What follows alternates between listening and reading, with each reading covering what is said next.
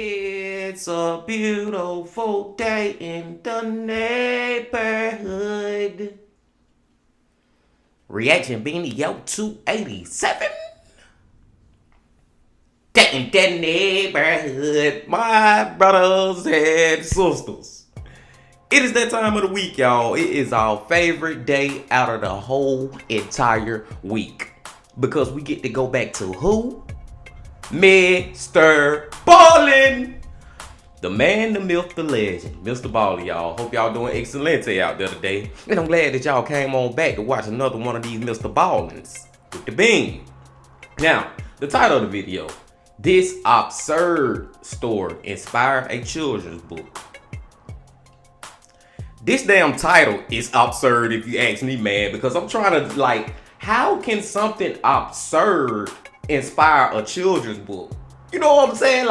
How can something absurd inspire somebody to make something positive out of it? You know what I'm saying? Because children's books are fucking positive, right? Fucking Dr. Seuss, Cat in the Hat type shit. So how?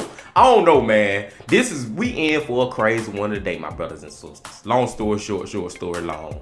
But before we get into that crazy one, y'all know what y'all got to do. Get whatever you may need. Get what you need. MrBallen Sundays, once again. Y'all got what y'all need. Y'all ready to go? Then let's fucking go. We rarely cover stories that are still developing because we like to wait to get all the information before we present the story. But when we heard about today's story, we knew right away we had to make an exception and post the story right now. The plot of this story you're going to hear today is so absurd, it just sounds like fiction. Bad fiction, like badly written, unrelatable fiction. But it's not fiction. It's true. It really happened. But before we get into this totally absurd story, if you're a fan of the strange, dark, and mysterious delivered in story format, then you've come to the right place because that's all we do and we upload once a week. So if that's of interest to you, please replace the like button's toilet paper with the kind that doesn't have a good seam on the outside and you end up ripping it to pieces just to get it started. Also, please subscribe to our channel and turn on all notifications so you don't miss any of our weekly uploads. Okay, let's get into today's story.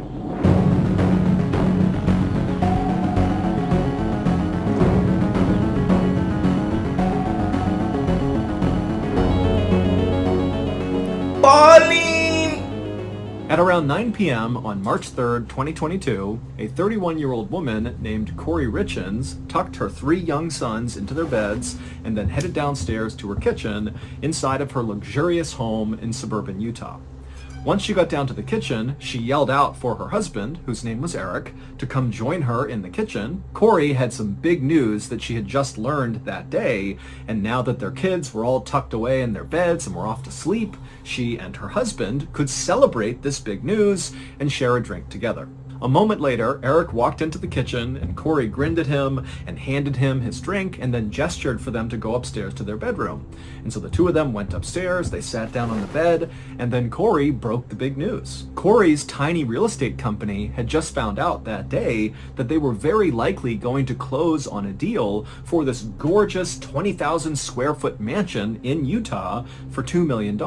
Now, Corey knew once she bought this property, she could do a couple of renovations to it and then quickly sell it for $3 million, meaning she was about to make a $1 million profit. Corey had been working really hard on her real estate business for years, but this really represented the first big break. She and Eric lived in a very conservative part of Utah where it was kind of expected that someone like Corey would stay home with the kids and be a good housewife, and that would be her life.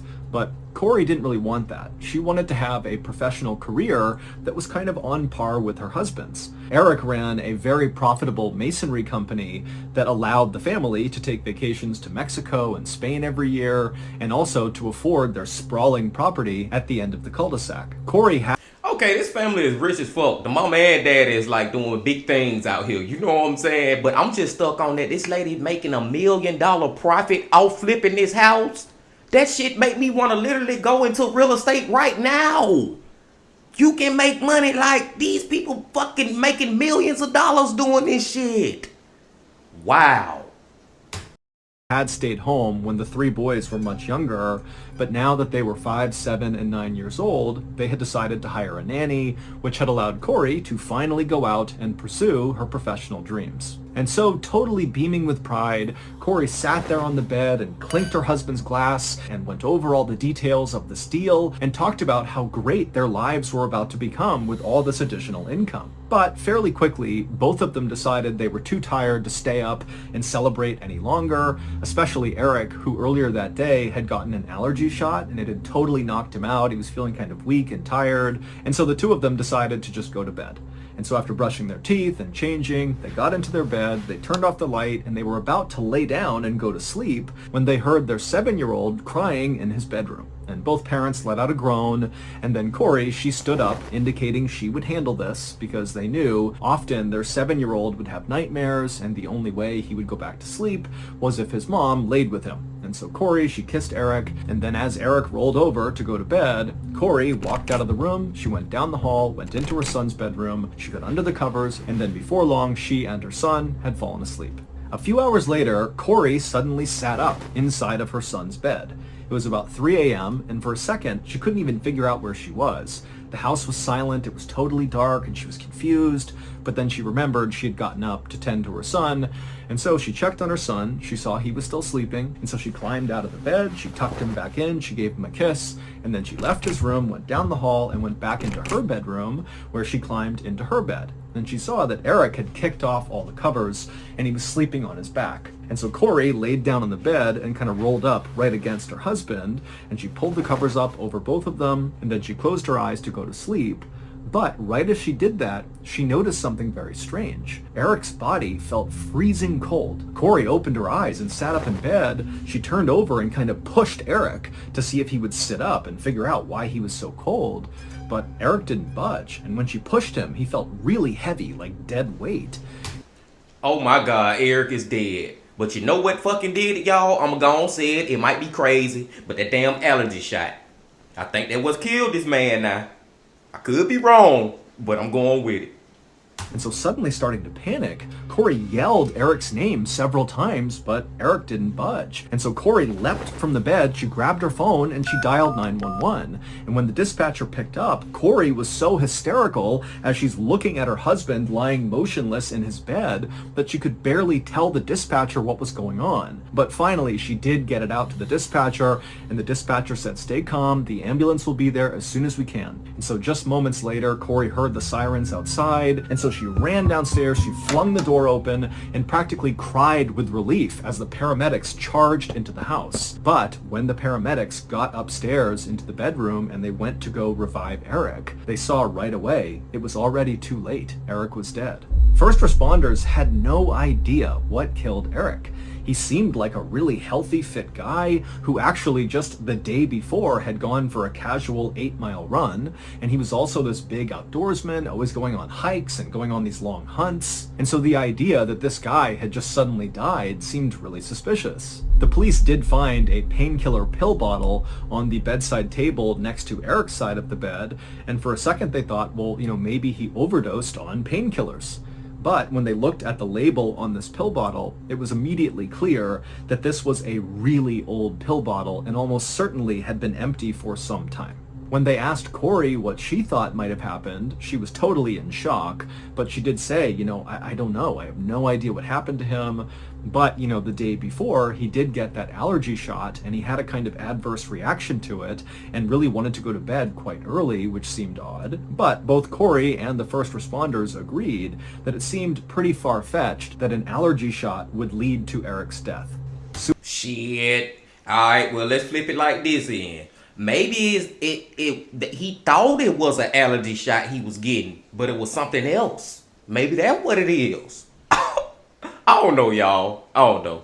Suicide was also considered a possibility by first responders, but Eric really didn't have any reason to want to harm himself. He was a very devoted and loving father who adored his sons. He coached all their sports teams and went on all these adventures with them and was always out back kicking a soccer ball around with them. And his business was booming, and he had just learned that night that his wife's business was potentially going to start booming as well. And so ultimately, the police told Corey that we're just going to have to open an investigation and try to figure out what happened, and we'll be in touch. And if you think of anything that might help the investigation, please let us know. And Corey said, of course, I'll tell you, but she really wasn't listening. All she was thinking about was her 3 sons who were still sleeping in their beds and had no idea their dad was now gone. Over the next few weeks, while the family waited for autopsy results, Corey really focused her energy on her 3 boys who were really hit hard by the loss of their dad. Eric had been such a hands-on father that his absence was enormous in these boys' lives. The 5-year-old kept asking, "Where's Dad and when can I see him again?" The older 2 boys, who did sort of understand that their dad was dead, would also ask questions like, well, can Dad still see us, or can Dad still hear us? And these questions broke Corey's heart because she did not have an adequate answer to any of them. And so she tried to find a children's book online and in bookstores that dealt with grief in hopes that that would kind of help her sons deal with what they were going through. But none of the books she got helped at all. And so a few weeks after Eric's death, when still nobody knew anything about how Eric died or what had really happened, Corey decided that she would take a different approach to helping her sons grieve. Instead of trying to read a book that somebody else wrote about how to handle grief, Corey just called her sons around one night and began telling them a story about their dad. And as she told them this kind of made-up story about their dad being this angel that was taking care of them, she began drawing pictures with a crayon and paper of their dad with wings and a halo, and she'd draw the kids down below waving up at their dad, and she would tell the boys that your dad is an angel now and he's looking down on you and he can hear you and he loves you. Time out, y'all. Either I'm having a severe case of some deja vu type shit, or we have heard this story before. I think Mike from that chapter, y'all, covered this story. I remember somebody else having a story about a damn children book, and I think it was a lady who was lying like a motherfucker, which could be Corey. I don't know, man, but I think we heard this. I think so, y'all. This wouldn't be the first time that MrBallen and Mike done covered the same shit. But let's keep going. Let's keep going. And this really seemed to work for the boys. It was like for the first time since his passing that the boys kind of connected with the fact that their dad was gone, but they still had this meaningful connection with him. And so very quickly, Corey's stories about their dad and the illustrations that would go with them became a ritual. Every night, Corey would tell these stories and draw these pictures. And so, as the days and weeks went by, with still no word and no closure about what happened to their dad, Corey had a sort of epiphany. These stories Corey told her kids about their dad and how now he was this angel looking out for them.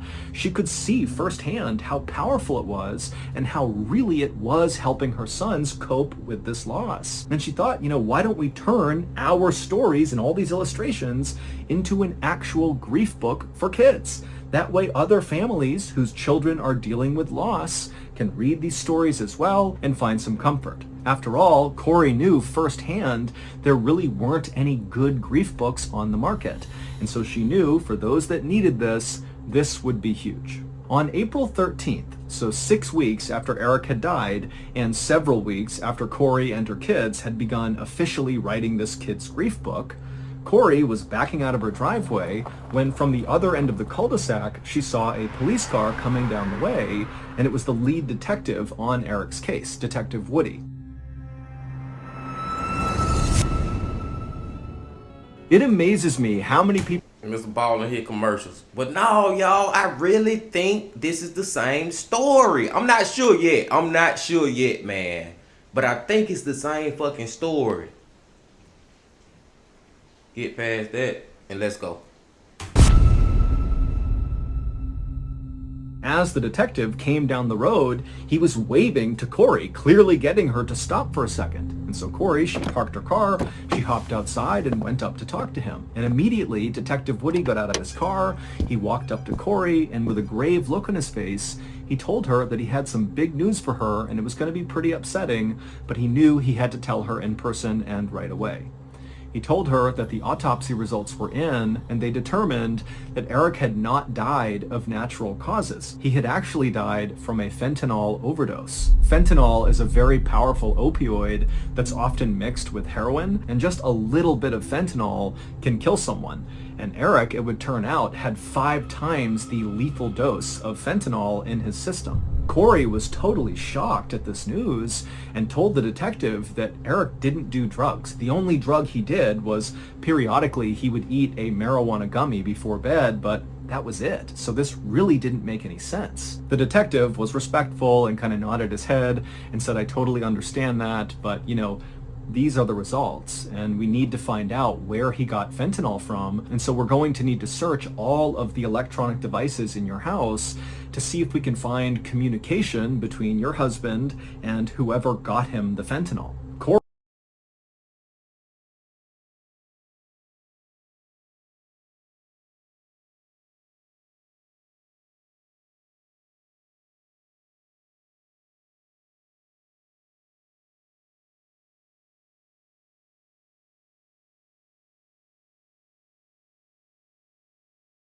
Corey told the detective that of course they could do that, but as she began thinking about all of their devices, she suddenly remembered that Eric's business partner, Cody Wright, had actually taken Eric's laptop very shortly after Eric had passed away. Now, Corey didn't know why Cody had taken the laptop, but Cody had been a thorn in both Corey and Eric's side for several years now. Eric and Cody had been very close friends when they had started their masonry business together about a decade earlier, but they'd had a serious falling out a few years back. The two men had been on this elk hunting trip, and at one point Eric had illegally shot and killed a bull elk, and Cody had actually reported Eric after this hunting trip to the game wardens, and as a result, Eric got in a lot of trouble and was temporarily banned from hunting anywhere in Utah.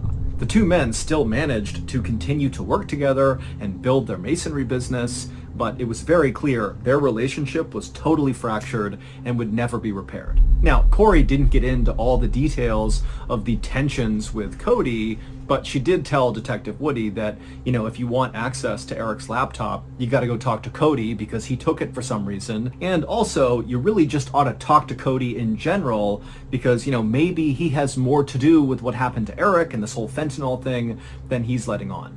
The detective told Corey that he appreciated the information and he appreciated being allowed to go in and collect all the devices, and that he would go talk to Cody and try to retrieve Eric's laptop. And then after that, the detective thanked Corey and said they'd be in touch soon. But after this conversation with Corey, the investigation into Eric's death kind of stalled out. When police did follow up with Cody, they didn't find anything really worth pursuing. And outside of talking to Cody, no new information came in about Eric's death or about, his connection to fentanyl. And so really there was nothing for police to operate on. And so while the family just kind of waited for more information to come out about whatever happened to Eric, Corey just focused her energy on taking care of her 3 boys and writing this grief book with them. And finally, on March 5th, 2023, so almost exactly a year after Eric has died, and still police have no idea what happened to him, the grief book was finally done, and Corey self-published it on Amazon under the title, Are You With Me? And this is that same fucking story, man. MrBallen just telling it in so much of a different way, man. It is amazing how these different YouTube content creators have so different of a style. You know what I'm saying? Like, bro, this is that same story. I can't even remember it for real. But this picture right here, yeah. And right away, the book was a total hit with parents of grieving children. And as the 5-star reviews poured in, so too did requests from local media for Corey to be interviewed and talk about this book and why she wrote it and how her kids are doing. Corey had no idea her book would be this successful, and so at first she was really terrified to do any of these interviews. But eventually she decided she would just say yes to all the interviews because she was very proud of what her and her kids had created, and she knew Eric would be proud too. However, what Corey didn't know was there was going to be a massive unintended consequence from publishing this book.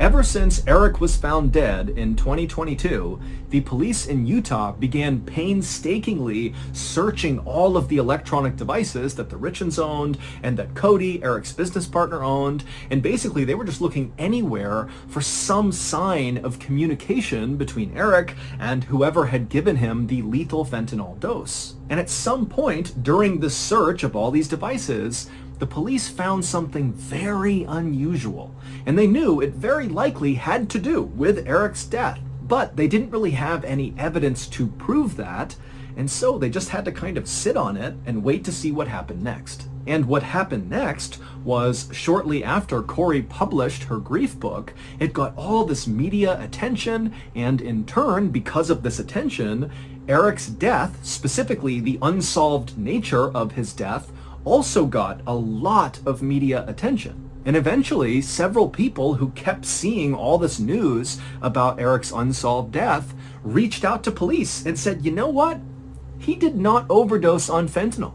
He was murdered, and I'm almost positive I know who did it. And lo and behold, the alleged killer that all these people brought up to the police was the same person that the police in Utah had become suspicious of because of all those unusual things they had found during their search of all of the electronic devices. And so, on May 8th, 2023, not long after getting all these tips about this alleged killer, the police in Utah felt like they finally had enough ammo to go after this person, and they headed out to make an arrest. While we don't know for sure what happened, because again, this story, it's ongoing. This case has not even gone to trial yet. Here is what prosecutors say really happened to Eric Richens on March 3rd, 2022, the night he died. That night, Eric was upstairs when he heard Corey down in the kitchen calling for him, saying to come down and join her. And so he went downstairs, he went into the kitchen, and immediately he saw his wife grinning ear to ear, and she promptly handed him a drink and said, I have big news and we're going to celebrate. And after That fucking drink, y'all. That's the part that I forgot about. I was stuck on him getting the allergy shot, you know what I'm saying? I forgot about the drink she made him. MrBallen said it in such a casually way till he ain't even put no emphasis on it, and I ain't catch it.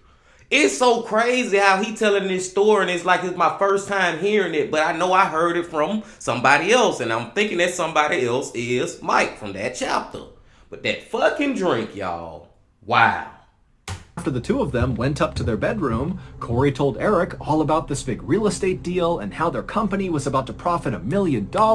And then after that, they clinked their glasses together, said cheers, and took a sip from their cups. The drink that Corey made for both of them was called a Moscow Mule. It's made with ginger beer, vodka, and lime. But when Corey mixed Eric's Moscow Mule, she added one additional ingredient, a lethal dose of fentanyl. It would turn out Corey had been stealing money from Eric's bank accounts, and he had found out. Eric also had discovered that Corey had been taking out these massive loans in their family's name, which Eric was really upset about. In fact, Eric was so upset with Corey that he wanted a divorce and was talking to a divorce lawyer and making sure after the divorce was finalized that Corey could not touch his money. But perhaps sensing that a divorce was imminent and the money faucet would be turned off, Corey simply took out a $2 million policy on Eric and then killed him. And then shortly after that, in order to help her sons deal with the loss of their father, who she killed, she wrote a grief book about it and sold it for a profit. Police say Corey had been working for weeks to figure out the right fentanyl dose to give to her husband. On Valentine's Day that year, Corey had given Eric a poisoned sandwich that had fentanyl in it that she attached a love note to, but it obviously did not kill Eric. He just broke out in hives. So Corey got a stronger dose of fentanyl, she put it in his drink on March 3rd, and this time it worked. The story that Corey told first responders when they arrived to hopefully try to save Eric was that, they had had this celebratory drink, and then they went to bed, and then she had gotten up to see her son, and then, when she came back at 3 a.m., Eric was cold to the touch, and she called 911. But in reality, after she poisoned her husband and he's laying there still on the bed, slowly dying from this overdose, she just got up and paced around the house for several hours, Googling things like how to destroy electronic evidence and luxury prisons for the rich in America. These searches were, of course, the highly unusual and suspicious things that the police saw when they looked through all those devices during the initial part of the search. But as much as it made them think Corey likely had something to do with this, they didn't have enough to actually arrest her. Bro, did this bitch really Google luxurious prisons for the rich? Like, that's what's in her mind right now. I know I'm going to prison, but I wonder if I can be in a prison that's luxurious. Are you fucking shitting me? Wow, man. However, after Corey published her grief book and went on this big tour promoting her grief book, Eric's family, who's watching this happen on TV and listening to the radios, they just couldn't take it. It disgusted them because they secretly believed that Corey had killed Eric over money. They didn't like Corey to begin with, and it just felt like she did this, and now she's profiting on Eric's death. And so family members began reaching out to police in Utah, and they said, you really need to look into Corey. We think she killed Eric. This whole grief book thing is a joke. She's a killer.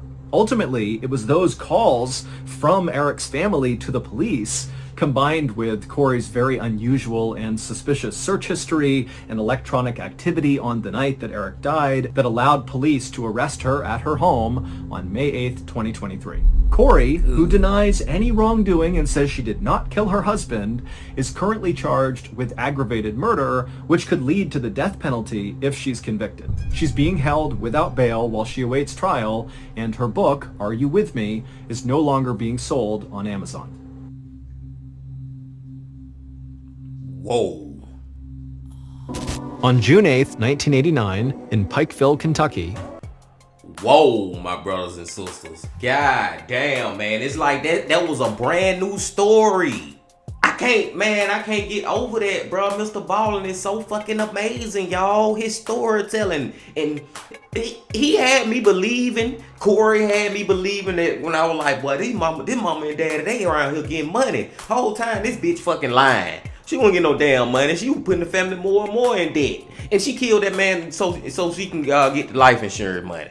And then made more money out selling books. That she was bullshitting, lying to her kids. That she made it for her kids, was bullshitting, lying to them first. That's already disgusting. Then you're selling money. You're selling the damn books to make money off your damn husband's death that you the one who caused his death. Jesus fucking Christ, this lady is fucking crazy. I hope she get the death penalty, y'all. Hey, man, if you calm down, man, I hope she get the fucking death penalty. This was a fucking amazing video from MrBallen. I really fucking enjoyed it, y'all. Goddamn, man. It's crazy that people will kill you over some money like that. Once you just erase it and just break it all the way down to the just nitty gritty and just think that somebody will kill you over fucking money. Don't that shit just sound kind of like retarded if you really just look at it like just look at it on face value? But I guess it's crazy for people to kill you over a lot of things, man. But I'm just saying, y'all. I'm just saying, man. I digress, my brothers and sisters. I ain't gonna hold y'all no longer, man. Great video from MrBallen. Another great MrBallen Sunday. Appreciate y'all coming back once again. Hope y'all hit that like button, comment, subscribe, do all that for me. And come on back again tomorrow. Please, please, please, please, please. And until then, my friends, love, peace, and happiness. Stay safe. Don't stop. Keep going. Yeah.